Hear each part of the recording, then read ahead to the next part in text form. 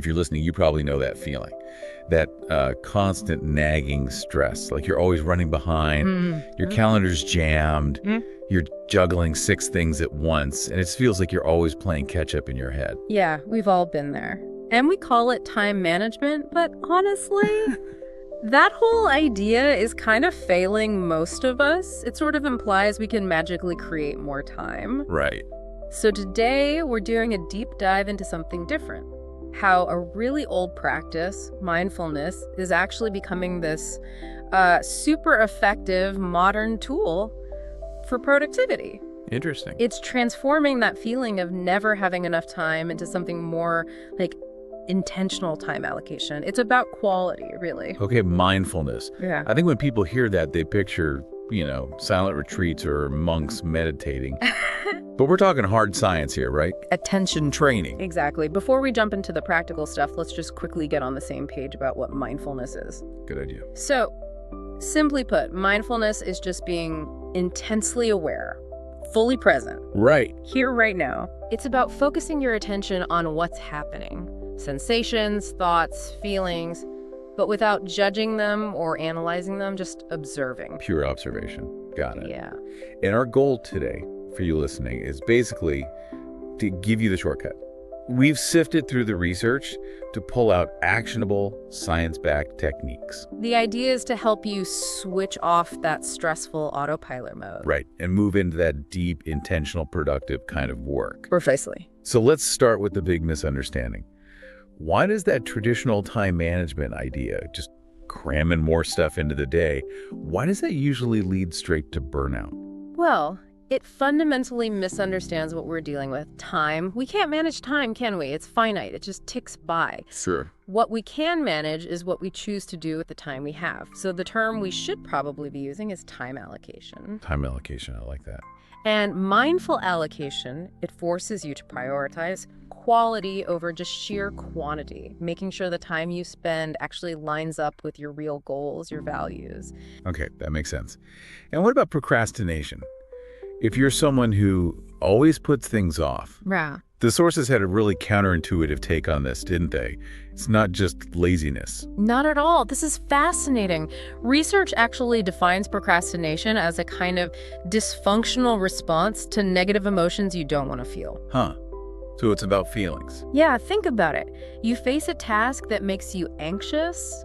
Maybe you're scared of failing, or it feels overwhelming, or honestly just boring. Subconsciously, you try to avoid those uncomfortable feelings by just putting the task off, delaying it. But that doesn't actually help, does it? Exactly, that's the irony. Avoiding the discomfort actually makes the overall stress worse in the long run. Wow. Okay, so if we're constantly fighting these feelings, pushing them away, we're basically wasting a ton of mental energy just battling ourselves. Precisely. And speaking of wasted energy, I was floored by this statistic. Humans spend almost half their waking hours mind-wandering. 50%. That's incredible. 50%. Half our life, our brain isn't even present. And that obviously hits performance hard. And well-being, too. Yeah, no kidding. That's a huge mind-wandering tax, as you called it. It really is. And this is exactly where mindfulness comes in as a direct fix. By training your attention again and again to come back to the present. You stop the wandering. You reduce it significantly. You spend less time lost and worry about the future or replaying the past. And that lets you focus on what's right in front of you much more easily. Okay, so we've got the how managing attention, managing emotions. Let's look at the proof. You mentioned a study on academics, right? Yeah. Pretty stressed out group. Yes, a really compelling one. They took academics who are always under time pressure and had them do an 8-week mindfulness program. They wanted to see if it helped their mental health and, crucially, their time skills. And did it? What were the big takeaways? The results were really positive. Very specific, too. 2 things showed what researchers call a large effect size, meaning a really significant impact. Okay, what were they? First, a major improvement in psychological flexibility. Psychological flexibility. What does that mean in practice? It's basically your ability to act in line with your long-term goals or values, even when you're feeling stressed or uncomfortable, instead of just reacting automatically. So, like, choosing to write that difficult report even though you feel anxious and your first impulse is to check email. Exactly that. You notice the anxiety, you accept it's there, but you don't let it drive the bus. You choose the action that aligns with your value, like completing deep work. Okay, so it's about building that space for choice, not getting rid of the stress itself. How does mindfulness help build that choice muscle for listeners who feel stuck in those reactions? It comes directly from better emotion regulation. Being mindful lets you observe the feeling like anxiety without getting swept away by it. You see it, you acknowledge it, but you don't have to follow that urge to escape. Got it. And this improved self-regulation, that's the key that unlocks the second big finding from the study: a large increase in efficient time use. Efficient time use. Does that just mean less procrastinating? Less wasted time? Pretty much, yeah.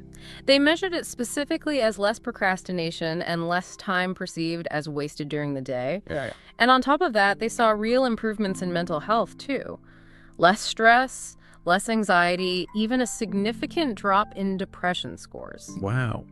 And the cognitive mechanism behind this is quite interesting. Mindfulness seems to help you cope better with those looping, ruminating thoughts. It also appears to increase mental processing speed. Which would make task switching easier, that jump between different kinds of work. Exactly. Task switching drains so much energy. Mindfulness seems to ease that burden, essentially giving you back some mental bandwidth. That makes so much sense. That feeling of switching from meeting brain to deep work brain is exhausting. Mindfulness gives you capacity back. Okay, let's unpack this. How do we make this practical right now? Yeah, let's get into the micro fixes. You don't need to go on a retreat. We can weave tiny mindfulness moments into those everyday work stressors. All right, scenario 1, that morning stress spike. Getting hit with everything first thing. The data on phones is pretty bad, Oh, right? yeah. 71% of people sleep with or next to their smartphone. Some even sleep holding it. Crazy. And what's the actual biological hit of grabbing that phone the second you wake up? Well, our body releases its highest level of the stress hormone cortisol about 30 to 45 minutes after waking. Just anticipating the day's demands triggers it. So checking emails and news immediately just pours fuel on that fire. Totally. You're flooding your system with deadlines, comparisons, problems, right when you're biologically primed for stress. It amps up that fight or flight response. So the action is simple, but maybe hard. Don't grab the phone. Leave it on the nightstand for the first 5 minutes. Just notice your breath. Feel yourself waking up. But why is that so hard? It goes back to avoiding feelings again, doesn't it? We want that quick hit of distraction. Absolutely. We crave the dopamine to avoid that quiet discomfort of what do I have to face today? So the action is really about breaking that habit. And you can use tech against itself here. Use Apple Screen Time or Android's digital well-being to block distracting apps until you're actually consciously ready to engage. Okay. Scenario 2, the commute. For lots of people, that's over 100 hours a year stuck in traffic or on a train. And research links it to more anxiety, less happiness. It's a real drain. So if you're driving, try this. Turn off the radio, the podcast, everything for just the first 5 or 10 minutes. Just silence. Or just awareness. Focus on the physical sensations, your hands on the wheel, your posture, the feeling of the car moving. Use red lights as a cue. Take one slow, deep breath every single stop. And if you're on public transport, try belly breathing. Just quietly focus on breathing deep into your belly for 3 to 5 minutes.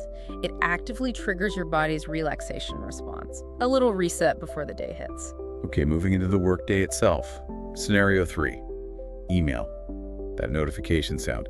It's like Pavlov's bell for stress. It really is. And it has a physical effect. Studies show just checking email makes blood pressure and heart rate jump. Cortisol spikes. Yikes. So what's the mindful fix? It's called the send pause. Simple but powerful. After you draft an email, especially a tricky or stressful one, just stop. Before hitting send. Exactly. Stop.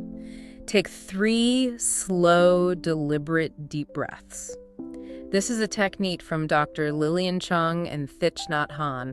That tiny pause lets your rational brain catch up with your emotional reaction. Prevents mistakes. 3 breaths. I can do that. Okay, final micro scenario. battling distraction. When work gets tough or boring, and suddenly YouTube or social media seems really appealing. Autopilot distraction. Again, it's often about avoiding an uncomfortable feeling tied to the work itself. Covering it up instead of dealing with it. Exactly. So the mindful action here is to inject some forced intention. There are tools for this, like the Chrome extension Momentum. Oh yeah, what does it do? It replaces that blank new tab page you open automatically. Instead, it shows a simple prompt. What is your main focus for today? So it interrupts the autopilot, makes you pause and remember what you intended to do. Precisely. It breaks that habit loop before you vanish down an internet rabbit hole for an hour. These micro fixes are great for interrupting stress in the moment. But you mentioned mindfulness also helps with the bigger picture, the macro strategy for our energy and time. Yes, absolutely. We need to move from just interrupting negative patterns to actually structuring our days more intentionally. And a huge part of that is honoring your body's natural rhythm, your chronotype. Chronotype, like being a morning person or a night owl. Exactly. But it's more specific than that. We try to force everyone into this rigid 9 to 5 box, but our biology just doesn't work that way. We have different peak alertness times. Okay, so knowing your chronotype helps you schedule your hardest work when you're naturally at your best. That's the idea. Are you a lion? That's the early bird, sharpest, roughly 9 a.m. to maybe 1 or 2 p.m. Okay. Or a bear. That's most people. Kind of follow the sun, most productive, 10 a.m. to 2 p.m. Bear sounds like me. Then there's the wolf. The classic night owl really hits their stride later, maybe 1 p.m. to 5 p.m. And the last one. The dolphin. Often light sleepers, sensitive, their peak focus might be quite late, like 3 p.m. to 7 p.m., and maybe more fragmented. That's really useful.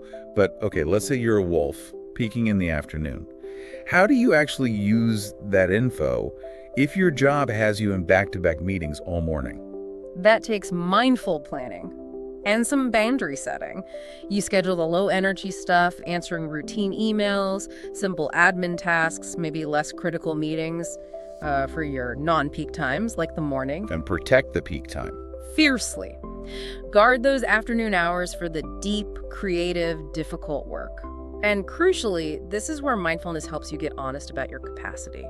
You have to learn the importance of saying no to things that drain your prime energy. Saying no, that's a skill in itself. It really is. And beyond when you work, mindfulness also informs how we structure the day, especially breaks. Right, not just powering through. We need to build in recovery.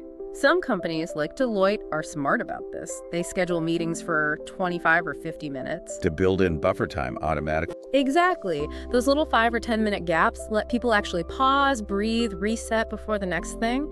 And use your actual breaks like lunch, but mindfully. Meaning not eating at your desk while checking email. Please don't. Step away. Slow down. Actually taste your food.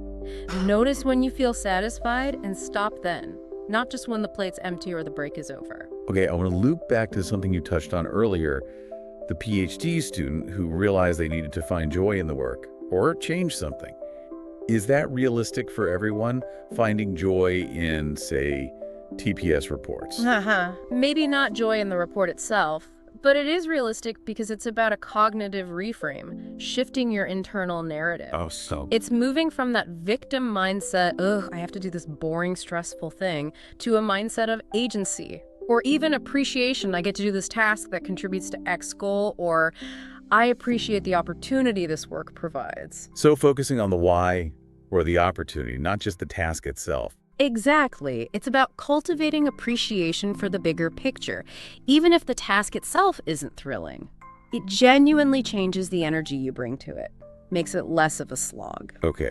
And for those moments of just total overwhelm. Yeah. When you're stuck in rumination and can't see a way forward. That's when you need a pattern interrupt, a real energy shifter. One recommendation is the mindful dance break. A mindful dance break. Seriously. Totally serious. Stop everything. Work, thoughts, everything. Put on one song you love, something fun and upbeat, and just dance like nobody's watching. Yeah. With intention. So intentionally being silly and moving your body. Yes. It sounds goofy, but embodying joy and physical movement is incredibly effective at breaking that negative thought loop. It shifts your state instantly, way better than more caffeine or scrolling social media. I might have to try that. Okay, so wrapping this up, this deep dive really shows that mindfulness isn't passive at all. Yeah. It's very active. It's this intentional practice that gives you real tools for, well, better daily effectiveness. A mix of those small tweaks, like the 3-breath pause before sending an email, and the bigger strategies, like planning work around your body's natural energy rhythm, your chronotype. It really refines how you allocate your time. And that's the core shift, isn't it? Moving away from this losing battle against the clock. Yeah, trying to manage time. Which is impossible, towards something you can actually influence. And maybe the best term for that isn't time management at all. Maybe it's energy management. Energy management. I like that framing much better. It feels more controllable. Because it is. Aligning what you do with your actual energy levels, your personal rhythm, that's the sustainable path to productivity and, frankly, to more happiness and satisfaction in your work. So the final thought for you, the listener. Yeah. If you accept you can't really manage time and that your productivity hinges on your energy and your awareness, then what rules are you following right now that maybe aren't serving you? That rigid 9 to 5, the belief you just have to push through exhaustion. What needs questioning? What needs to change, maybe starting today?